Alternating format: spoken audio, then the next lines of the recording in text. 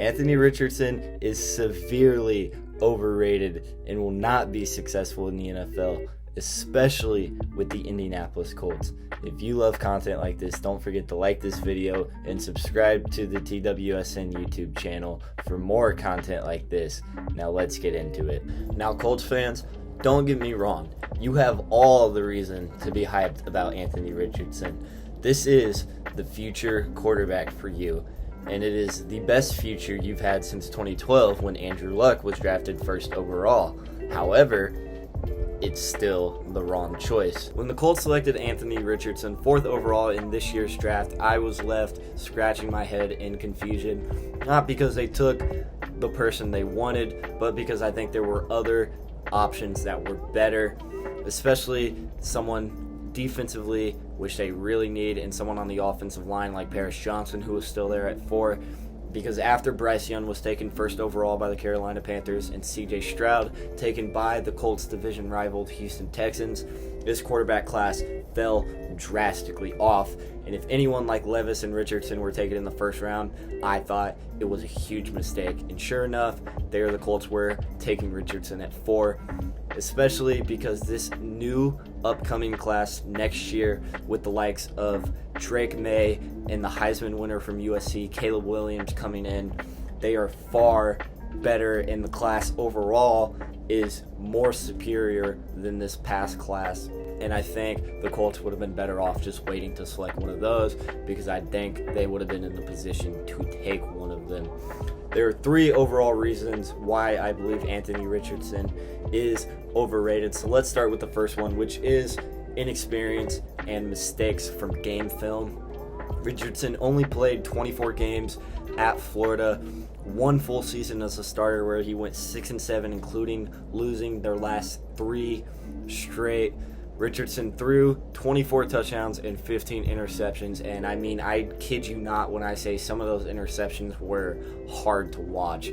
He was misplacing balls, misreading coverages, and just making flat-out errant throws, which any other pro-ready quarterback would not have made and would have realized. And again, that shows from his inexperience, especially being a full-time starter only 1 year, which was last year. Richardson would have honestly been better off staying at Florida for his senior year, being the full-time starter, and getting the chance to develop and improve. But like I said, the inexperience is a big thing too. 24 games total. Trey Lance, who was drafted in 2021, only played about 20 games, and 16 of those games came in his sophomore year before he was drafted. Now again, Trey Lance did have success, but that was because he was playing weaker opponents, whereas Richardson was playing in the SEC. And to me, besides his injury, which I hope he recovers from, Trey Lance has not shown he is ready to be an NFL quarterback either. And that is just one of the blaring red flags. Now, of course, Anthony Richardson does have a cannon, and he's uber athletic and is a great runner. But I think he would be better off utilizing his legs in the league and not his arm. Reason number 2 I believe Richardson is overrated is because I think he's going to need to start right away. When Shane Steichen was hired by the Colts, I think he wanted to obviously win now and not wait around. And while Gardner Minshew would be the better option starting week 1, I don't think that's what Shane Steichen wants, and that's definitely not what Colts fans want from what I've seen. So if you start Richardson right away, the inexperience is going to show once more, and I don't think he's ready. Like I said, I think he needed another season to be a starter, play, understand coverages more, realize what he's going to face in the NFL, and hopefully improve his draft stock to where he could have been the number 1 pick in next year's draft, battling it out with Caleb Williams. Reason number 3 why I believe Anthony Richardson is overrated and will not succeed is the fact that he is an Indianapolis Colt himself. I mean, you look at this team, this offensive line is abysmal, and that's an understatement. Unless they're starting 5 Quentin Nelsons, which is physically impossible, this line has shown its struggles. Matt Ryan, Sam Ehlinger, and Nick Foles were sacked 60 times last season, which was the second highest total besides Denver. And and we've seen how Denver's offensive line is.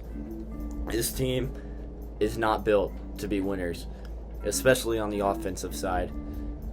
Michael Pittman, to me, obviously he's their number one. I think he's a number 2, a number 3 at best. To me, Alec Pierce is their best option receiving-wise, and of course Jonathan Taylor is their best player offensively, and he will be as long as he continues to play for the Indianapolis Colts, but he has been underutilized in this Frank Reich system, so hopefully the Shane Steichen regime can figure that out a little, and he's also dealt with some injuries, but I mean, he was one of the better running backs in football a few years ago and was the best offensive player at one point.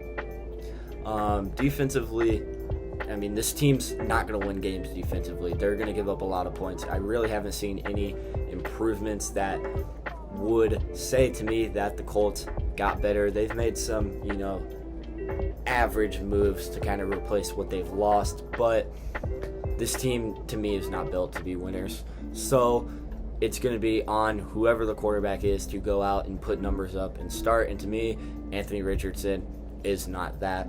As always, I would love to have this discussion, especially with Colts fans, so drop comments, let me know what your take is, let me know what I'm right about, what I'm wrong about, and as always, have a great day.